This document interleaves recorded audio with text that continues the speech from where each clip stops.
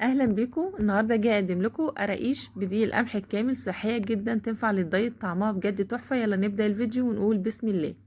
عندي 3 كوبايات من دقيق القمح الكامل، نص كوبايه لبن، نص كوبايه زيت ذره مع معلقتين سمنه بلدي، عندي ميه، ذره ملح، وربع معلقه بيكنج باودر، معلقه خميره، معلقه عسل، ومعلقتين سمسم كبار. نزلت بالخميره مع البيكنج باودر ومعلقه العسل على 3 كوبايات من دقيق القمح الكامل. هبتدي اقلبهم مع بعض، وبعد كده زي ما انت شايفه بالشكل ده هجيب عندي معلقتين السمسم، وعندي نص كوبايه الزيت مع معلقتين سمنه بلدي. هبتدي اقلبهم مع بعض بالشكل ده، وهقلب بقى الدقيق مع المكونات ومع الزيت ومعلقتين السمنه لحد ما عندي الدقيق يشرب الماده الدهنيه زي ما انت شايفه بالشكل ده. هجيب عندي بقى نص كوباية لبن، ويكون اللبن دافي. هبتدي انزل بيه شوية شوية واستمر في العجن زي ما انت شايفة بالشكل ده. عايزة اقولك القراقيش دي بتطلع تحفة بجد، طعمها حلو قوي. اعمليه في البيت، هيطلع معاكي بجد خطير، طعمه حلو. هينفع معاكي في الدايت لو انت عاملة نظام غذائي سعراته الحرارية قليلة جدا، طعمه بجد تحفة. هبتدي ازود اللبن شوية شوية لحد ما اخلص نص الكوباية. بعد كده هجيب عندي المية، انا هستخدم في حدود معلقتين كبار من المية، ابتدي الم بيها العجينة زي ما انت شايفة بالشكل ده، ومش باخدش مية كتير. اول ما تتلم معايا وتبقى بالشكل ده العجينة طرية جدا، هبتدي بقى اسيبها في البولة ترتاح لمدة ربع ساعة زي ما انت شايفة بالشكل ده.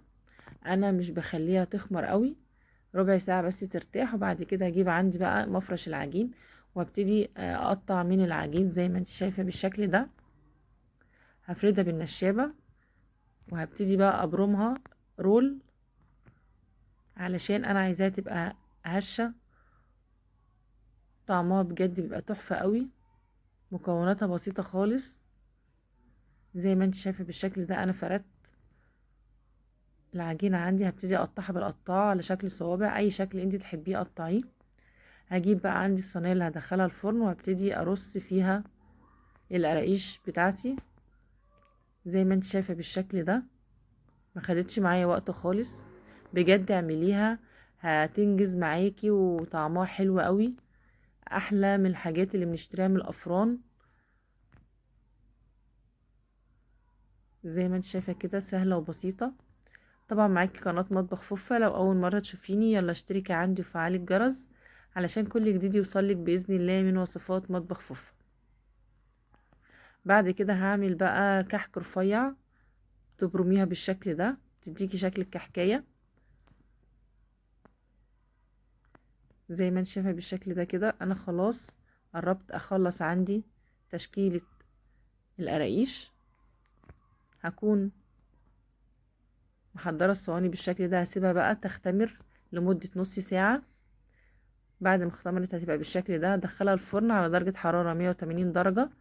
اول ما تستوي من تحت اولع الشوايه، تاخد لون ذهبي وتطلع معايا وتبقى بالشكل ده.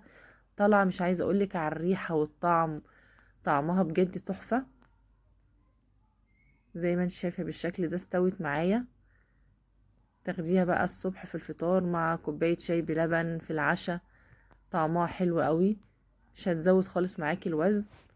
لو عجبتك امشي بنفس الطريقة اللي انا قلتلك عليها، تطلع معاكي بجد ناجحة.